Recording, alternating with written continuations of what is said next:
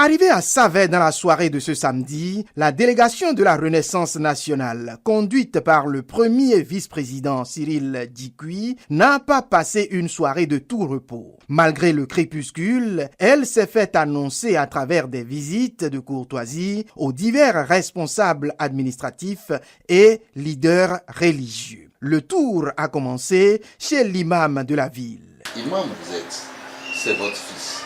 Il a reçu l'éducation que vous lui avez donnée dans son comportement. Et je crois que hors de sa localité ici, il le rend si bien. Il le rend si bien. C'est la raison pour laquelle on a décidé de venir ici pour vous dire merci. Merci pour la permission que vous lui avez donnée, qui lui a permis d'être avec nous.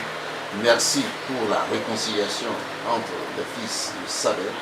Merci et pour cette réconciliation qui nous donne l'occasion de nous voir aujourd'hui. À la suite de cette descente chez l'imam de la ville, c'est le président de l'association des tradithérapeutes, puis les différentes têtes couronnées de la ville qui vont tour à tour recevoir la délégation. Je me suis prosterné devant le roi et recevoir sa bénédiction.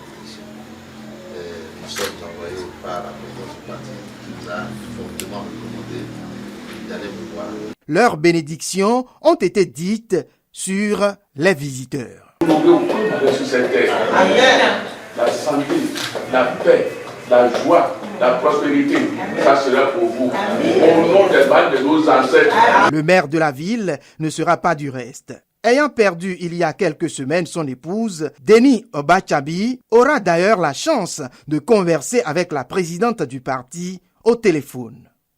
Je suis aux anges. Ça me réconforte. Merci beaucoup.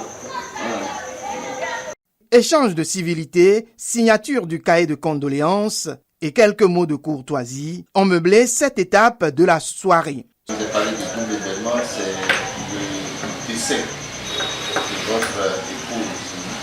Et devrais-je venir ici en pleurant ou en riant, je préfère rester serein. Maintenant, je vous ai vu vous-même avec un sourire, je dis, mais voilà un homme. Ce périple va d'ailleurs se terminer au petit matin de ce dimanche chez le président des chasseurs.